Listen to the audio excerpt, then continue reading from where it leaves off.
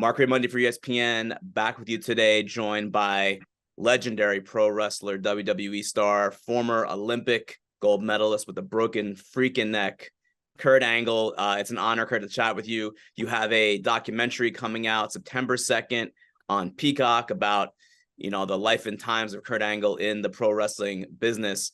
I just want to ask you, right off the top, since we're talking about pro wrestling, the world of that sport, that industry, lost someone pretty special this week in Bray Wyatt, one of the most creative, innovative minds in that business. I know you worked with him a little bit. Anything you want to share about any memory of Bray Wyatt you'd like to share? He was really creative. He came up with some incredible characters that were really fun to watch. He was really exciting. He was smart. He was athletic. We're going to miss a very special person. This kid revolutionized the business. He really did. He had some amazing ideas and concepts that he did, and he always kept the fans entertained. And we're going to sorely miss Bray Wyatt. It's such a tragedy, just 36 years old. And, pro wrestling is a business that is, it can be a tragic business at times, right? With some of the death at younger ages, the stuff that, you guys put your bodies through, and the travel. And, it's probably like a love-hate relationship with wrestling sometimes, right? Yeah. You know what? One thing about pro wrestling, if you look at its history, is the entertainers tend to pass away at a lot younger ages than the average person. I'm not sure if it's because you take a toll on your body and, for 20, 30 years, you're doing pro wrestling and you're bumping in that ring the whole time, and you're traveling every day. There are just so many unhealthy issues to pro wrestling that probably are the reason why you're seeing a lot of younger deaths in the sport. You guys give so much to the fans, for the sake of entertainment, right? It's like the stuff that you guys do, the stuff you put your bodies through. You were no different, right? I'm sure that you wrestled through injuries. There were all kinds of issues, right, over the course of your career. Anything you want to highlight and talk about as far as that goes? I wrestled through a lot of injuries during the Olympics and during pro wrestling. The Olympics, I had a lot of knee injuries. I broke my neck right before the Olympics. I had to overcome that. It was a tough situation for me back then, and it continued on in pro wrestling. I had knee, back, shoulder injuries. I broke my neck 4 more times in the WWE in a span of 2.5 years. Injuries are part of the sport. It's part of sports entertainment, and you have to learn how to work around them. And sometimes you're going to have to take time off and let them heal. You say I broke my neck 4 times within a 2-year span. To most individuals, that would sound completely insane, right? That's like, oh, I can't believe. That's even a possibility. And you kept on wrestling. It's just how'd you do that? It's crazy. You know what? The sport, the pro wrestling, there's such a stigma to it. And when you're doing it, you love doing it. You love doing the work. And I knew, the second time I broke my neck, which was in WWE, the first time I broke my neck was before the Olympics. The second time I broke my neck was in 2003 in WWE. And I took some time off, had a surgery, and I let my neck heal, but I don't think I allowed it to heal long enough. I only took about 6 to 7 weeks off, and I came back and I broke my neck right again. And then I took some more time off, let my neck heal for 6 weeks. I came back again, broke my neck again. So it was an ongoing thing. And the reason why I kept coming back is because you're so addicted to entertaining the people. And you also want to make that money. So, it got to the point in my head that I was going to keep going till I couldn't go anymore. So that meant it doesn't matter how many broken necks I get, I'm going to keep coming back and keep going. And unfortunately for me, that's what caused the painkiller addiction. And that's where I got myself in a lot of trouble. Yeah, and it's a crazy story. And I know you probably have a lot of crazy story about the wrestling industry. I want to ask you this because you've always been known for, when people say like who is like the most well-rounded or who was the best rounded wrestler maybe in pro wrestling history. A lot of people will say Kurt Angle, right? Because you were able to work as a babyface, as a heel. You were excellent in the ring. You were incredibly athletic. You were great on the microphone. You could do comedy. You could do really every aspect of the industry at a very high level. Do you have any moments or things that you liked more than others, or things that stood out to you above the rest? You know what? It was the moments. It wasn't even, the wrestling was great. It was important. I remember some of the greatest matches of my career, but it was the entertainment aspect. When I came out with the milk truck and I sprayed down Stone Cold Steve Austin, the alliance with milk, those kind of moments. Singing Sexy Kurt, battle rapping with John Cena. You create memories for the fans that they remember forever. So it's not just the wrestling, it's the entertainment aspect. And that's what I love the most about it. I didn't even know I had a knack to be funny. I never was a funny person in my life until I started in WWE, and Vince McMahon gave me this character to portray, and I nailed it. And, thank God it worked out for me. And, I had a stellar career. I can't complain about anything I've done throughout my career, except for, the injuries and the painkillers. But I had a great career, and I'm very proud of it. Wrestling is so interesting to me because a lot of those things that you mentioned, in fact, I think maybe all those things you mentioned were kind of before the dawn of social media, right? Before, like, there was high-speed internet in some cases. And yet these things live on, and, you'll scroll through Instagram, or you'll scroll through Twitter or X or whatever they're calling it now, and you'll see like the milk truck, or you'll see, you with the guitar, or you'll see, all these things. And it's just really interesting to me how wrestling has almost gained like a different life in the social media era. Yeah, you know what? It is. It's about the memories. It's the moments that you give the fans. That's what they enjoy most. And the thing is with fans, most of them sit down and watch wrestling with their family. And it reminds them, when I wrestled back in the early 2000s, I have a lot of fans that come to me and say, Kurt, thank you for the memories. I remember, before my dad passed away, we would watch wrestling together, and it was the one thing we could talk about. And I thank you so much for entertaining us all those years. That's the greatest feeling in the world. And those are the kind of fans that we have, very loyal fans that enjoyed watching with their families, and it brought incredible memories for them in the past. What would you say was your, I guess, proudest achievement? Because there were a host of them, right? I mean, in terms of wrestling, obviously you won the Olympic gold medal, which is, an incredible feat.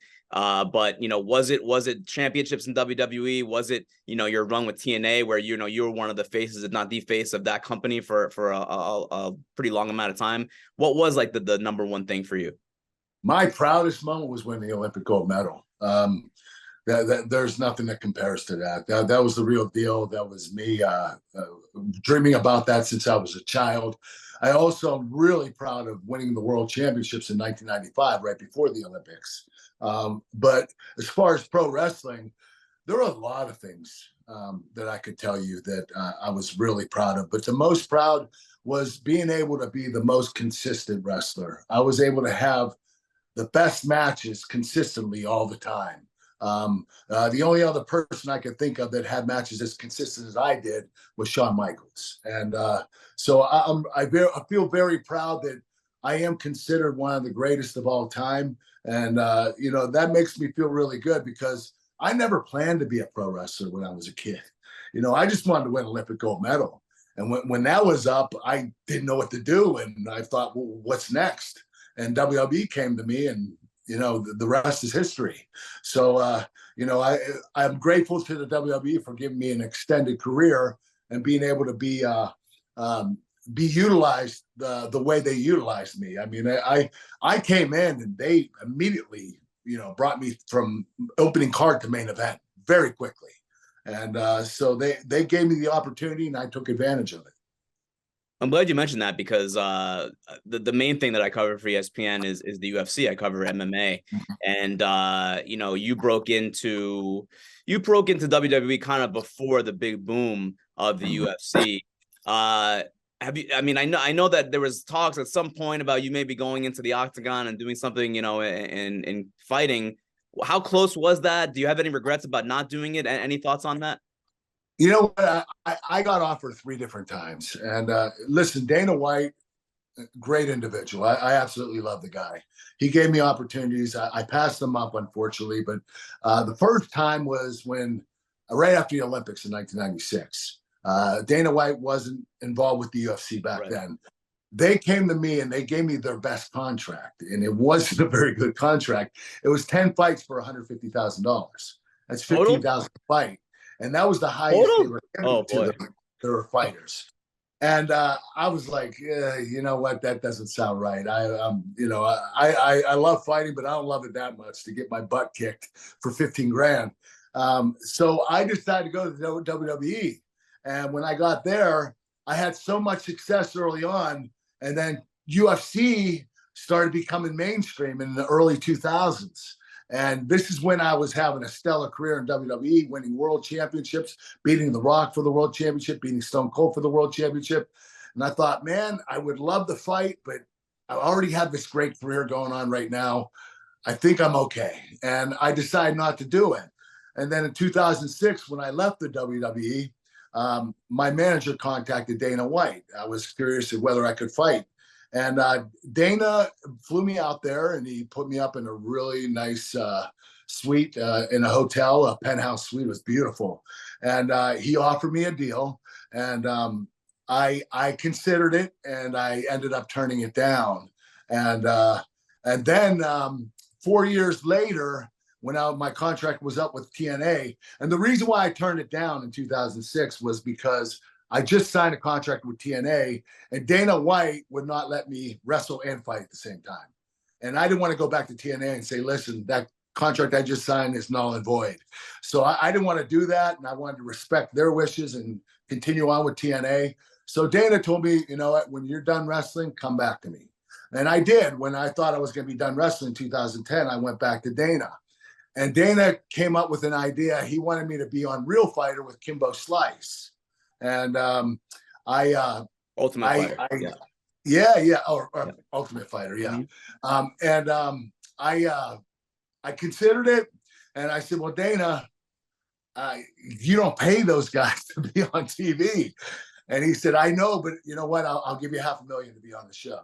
And then I'll give you this contract, a 6-fight deal, regardless whether you win it, Ultimate Fighter or not, you'll have a contract when it's over. And I thought about it. And at that point in my life, I was 41 years old. I broke my neck 5 times. I sat back and realized I started training for it a little bit. And I realized I'm past my prime. I can't do this. So I had to turn it down, but I'm very grateful for the offers Dana White gave me. He's an incredible person. He wasn't mean or upset by any means because I turned it down. He was really cool about everything. And I'm very, very grateful he gave me the opportunities. Any like what ifs for you that you weren't able to get into that world? No. Yeah, definitely MMA. I mean, I'm not gonna, it really every once in a while it gets to me, and when I watch these fights, I'm like, gosh, man, I think I would have done pretty well in this. Seeing Brock Lesnar, my friend, be UFC champion, seeing Randy Couture, who I train with for the Olympics, being UFC champion, it makes you question, did you do the right thing? But I look back and I say, you know what? I had a pretty stellar career in pro wrestling, so I can't regret that. My friend Daniel Cormier, I think a friend of yours as well, he told me one time, my friend and colleague, my ESPN colleague, Daniel Cormier, he's a great analyst. He told me one time that when he was in the Olympic Training Center, he's been a wrestling fan his entire life, still is today. We talk about it very often. He told me that he wanted to go into WWE, and he spoke with you, and you told him, try MMA first. Obviously, it worked out very well for him. He became, one of the greatest fighters of all time. Do you remember that conversation with DC? Yes. I remember Daniel. I believe he was an NCAA runner-up, and he was out at the Olympic Training Center training. I went out there to record some stuff with the WWE, and to show the past of where I used to train for the Olympics. And I met up with Daniel, and he talked to me about that, about, whether going to pro wrestling or MMA. And I told him, listen, do the real deal, do the real thing first. I'll give you an example. Ronda Rousey, she had an incredible UFC career, and then she spawned it off into a WWE career. I think that's what I was thinking for Daniel Cormier. And I'm glad he did it, because he had an incredible career. He's considered one of the greatest fighters of all time, and that's a big feat. Ken Shamrock too, I guess, he was fighting first, then he went into pro wrestling. Yes, he was. He did a little bit of pro wrestling earlier. Yeah, Kenny did the same thing. And Kenny, he's one of the greatest of all time as well. I mean, Kenny had a huge impact on my life and career as not just a pro wrestler, but a competitor. Seeing Ken and how fierce he was in the octagon, I was a huge fan of his. I used to watch him and Marc Coleman and Dan Severn, because Marc and Dan were my opponents for the Olympic trials. I don't know if you know that, but so Mark Kerr was another guy that I used to compete against for the Olympic trials. He was Pride champion. But watching these guys back then, it was really cool to see, people that I wrestled in the past having such a huge impact on MMA. There is a former Olympic gold medalist in wrestling in WWE right now, a recent one, Gable Stevenson, who seems to have just a world of potential. I'm not sure how well you know Gable, or if you've worked with him at all. Yeah, we did a segment. We did 2 segments on Raw. We did a milk truck segment where I sprayed down Chad Gable and Otis with milk, and Gable was helping me out. So I got to meet him and talked to him on a few different occasions, but I heard his training. I heard he's doing incredibly well, and it looks like he has a very bright future. I just don't know how entertaining he's going to be. As far as wrestling in the ring, he's got that covered. I've been told many times, especially by his trainer, that he has that down pat. I mean, he is so athletic, it's unbelievable. So I don't think he has any problem with being in the ring. But to see what kind of way he can entertain fans, that's the question. And we'll see what happens. Hopefully he does well. For sure. How do you think Daniel Cormier would have done in WWE? Oh, he would have been great. Daniel, he's an entertainer, man. He's what would you call it? A clickbait. This guy, he says stuff, and the media picks it up. I think he would have been entertaining. I think his wrestling would have been incredible. I think Daniel would have had a stellar career, probably equal to mine, I believe. Really? That's saying quite a bit. Yeah, I have that much faith in Daniel. I think he would have had a stellar career, as good as mine. Wow. Couple more things I want to ask you, Kurt, before I let you go. I'm an MMA guy, so I have to ask you about Henry Cejudo, another Henry. Gold medalist. I know a friend of yours as well. Did you watch his last fight against Aljamain Sterling? He's back from retirement and all that now. I watched the highlights. I didn't get to see the fight, but he put on a pretty good performance, though. I don't think he should be ashamed of anything. He did step out of retirement. I think that if he would have taken a couple of fights first to get himself warmed up for it, I think he would have done better. And another person I want to ask you about, Colby Covington. He uses your entrance music. Yeah. And with your approval, he wanted me to come to one of his events and come out with him. And I was actually considering it. I just the date he wanted me to go, I couldn't go, and then we never talked about it again. But you know what? Colby has given me so much attention. By playing my music, all the fans remember is Kurt Angle, and they chant "You suck" while he's coming out. So he's just giving me free press. I find it so funny because MMA fans, sometimes they can be dismissive of pro wrestling, MMA fans. Yeah. Colby Covington's music hits, like you said. The fans in the arena start chanting "You suck," and it's almost like Pavlov's dog. They remember it from when they were younger, and it just comes crazy. It's the funniest thing. No, you're absolutely right. It's hilarious, and it's crazy because they are fight fans. Not all of them are wrestling fans. Probably not even half of them are, but they do recognize the music. And you have to remember, my music's played all over the place, in stadiums, arenas. During timeouts, the arenas and stadiums play my music. It's one of the most recognized songs, and it's something that fans can chant to. So, even though it's "You Suck," it's still something that they can say, and I think that's why it has a good ring to it. Last thing I wanted to ask you about, and I've been dying to ask you about this for a while. I actually spoke with Gerald Briscoe about this a few years ago. You had a real wrestling match with Brock Lesnar, Yeah. WWE, right, in the ring. Can you tell me about this and then how it went down? Jerry's full of crap. I'm just going to tell you that. I did not dominate Brock. Quick story. He when he came in, he told somebody that he could whip my butt because I was too small. So I walked up to him the first time I met him. I said, "Hey, Brock, I'm Kurt Angle, and I heard you said you could whip my butt." He started laughing, and he said, "I could." And I said, "Well, let's get in the ring right now." He said, "Well, I have sandals on." I took my shoes off. I said, "Let's go barefoot." He said, No, I don't want to do that." So a couple weeks later, he was in the ring with Big Show, and they were wrestling for real. And Brock was picking Big Show up, 525 pounds, picking him up and slamming him. And I was like, oh, my God, I might not be able to beat this guy. I mean, he was showing so much quickness and power and strength. It was like, wow, this kid's not human. And I remember Brock's back was to me. He was in the ring, and Big Show was on the other side of Brock, and Big Show was facing me. And I told Big Show, "Get out of the ring." I whispered, and I pointed out of the ring. He said, "Okay." And he got out of the ring, and I walked up behind Brock, and I tapped him on the shoulder. I said, "It's time to go." And he said, "Okay, let's do it." And we did it. And we went for about 15 minutes. But I took him down twice. He didn't take me down. It wasn't that I crushed him or dominated him.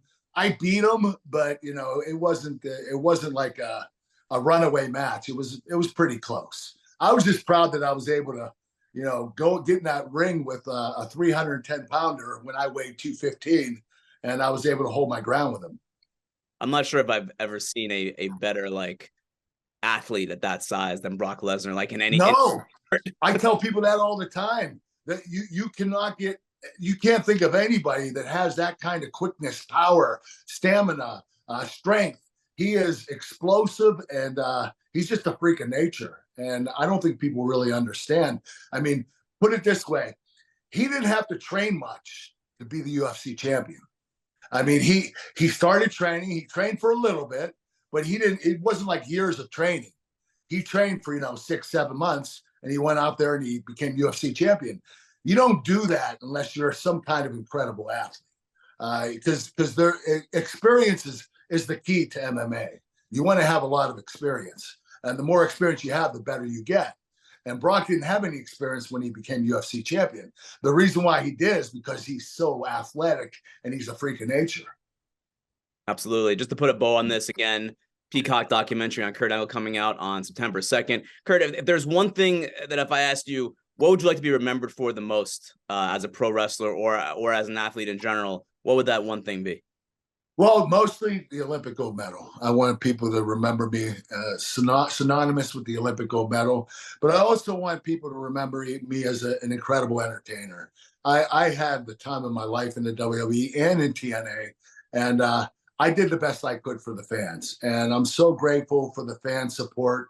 They continue to support me today. I go to appearances now, and they show up. I mean, thousands of people. It's just, it's really cool to have that kind of impact on people. And I do want to say that my documentary, it's a little different than the WWE documentary, because this documentary that's coming out on Peacock is going to be more Olympic heavy than WWE heavy. And so the documentary that aired on A&E was different because it was WWE heavy. It was predominantly WWE. But this new one is going to be 60% Olympic and 40% pro wrestling. Excellent. Can't wait to see it again. Peacock, September 2nd. Kurt Angle, it's an honor. Thank you so much. I'm going to go text Daniel Cormier and tell him that Kurt Angle, that he would have had an equal career to him in WWE if he won. Wait, no. He's going to start crying because he's going to be like, why did I do it? Exactly. Kurt, thank you so much. I really appreciate it. Thanks, man. Take care. Thank you for watching ESPN on YouTube. For live streaming sports and premium content, subscribe to ESPN+.